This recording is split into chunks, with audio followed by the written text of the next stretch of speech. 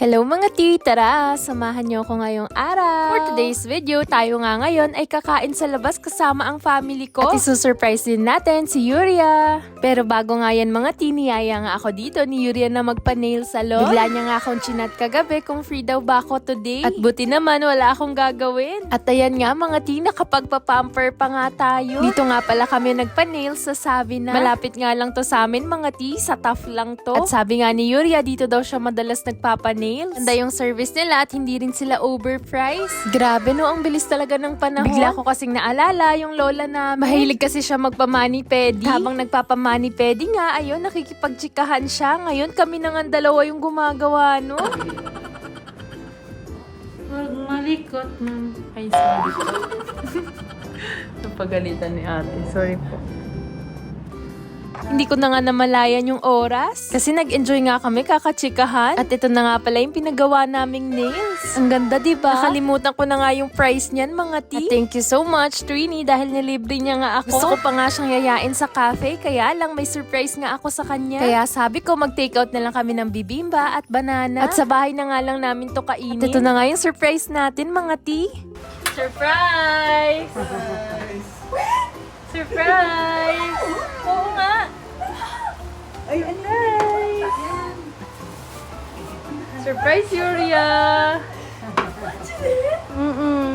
Sa'yo yan. Sa'yo yan.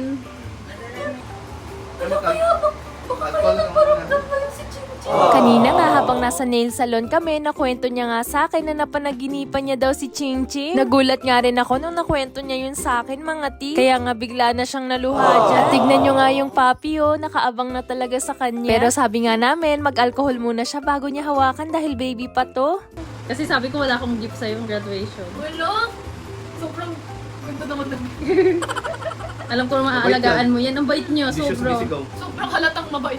Ayun. At ayan nga mga ti, success ang ating surprise. Ang dami nga namin pinagpilian na name. Muntik na nga maging Shopee yung pangalan ng papi. Buti nilang iniba ni Yuria. Ang pangalan pala ng papi ay Honey. Maya-maya nga nagbabay na rin ako kay Honey dahil kailangan na nga umuwi ni Yuria. Nung gabi naman, dumating naman sila tita dito sa Manila. Niyaya ko nga silang kumain dahil hindi ko pa nga sila natitreat sa labas. Gusto nga namin sana kumain sa Aristocrat kaya lang hindi nga nila pinayagan yung outside. Dahil gusto nga ng mga pinsan ko itong McDo. Naalala ko rin dati, dito kami palaging kumakain kapag may umuwi ng Japan. Sobrang nostalgic talaga ng place na to. Nakakatuwa nga dahil nakahanap pa ako ng picture namin. Umorder nga pala kami dito ng kare-kare. At grabe mga ti, dahil ang sarap pala ng kare-kare nila. At hindi rin pala ako mahilig sa pansit, pero yung pansit nila sobrang sarap din. At syempre, hindi mawawala tong fried chicken nila. Itong sisig naman, sakto lang siya para sa akin. At itong crispy pata nga, sobrang sarap mga ti. Para sa akin nga, solid na solid yung presyo nito. Dahil malaki at malaman nga yung crispy pata nila. Tapos, umorder din pala kami nitong caramel bar, gulaman at mga shake para sa mga bata. Sobrang na-enjoy ko nga kumain dito dahil sobrang nostalgic talaga nung lasa para sa akin. Bigla ko nga naalala yung mga memories namin nung kumakain kami dito. Lalo na nung kasama ko si Lolo, Lola at si Kuya Lekle. Ang sarap talaga balikan ng mga memories namin together. Nakakamiss talaga sila. Sarap din yung kare-kare nila. First time ko kumain. Diba? Isa talaga to sa babalik-balikan kong restaurant dito sa Pilipinas. At chika ko nga rin pala sa inyong mga ti, first time daw kumain dito ni Bebe Pau Pau.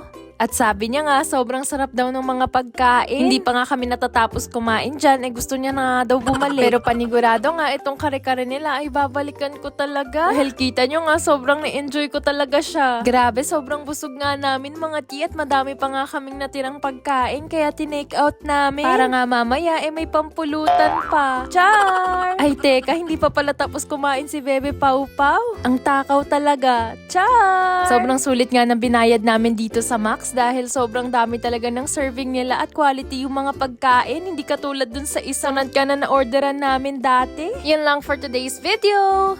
I hope you enjoyed this vlog. Thank you for watching. Soreja, mata na! Bye-bye!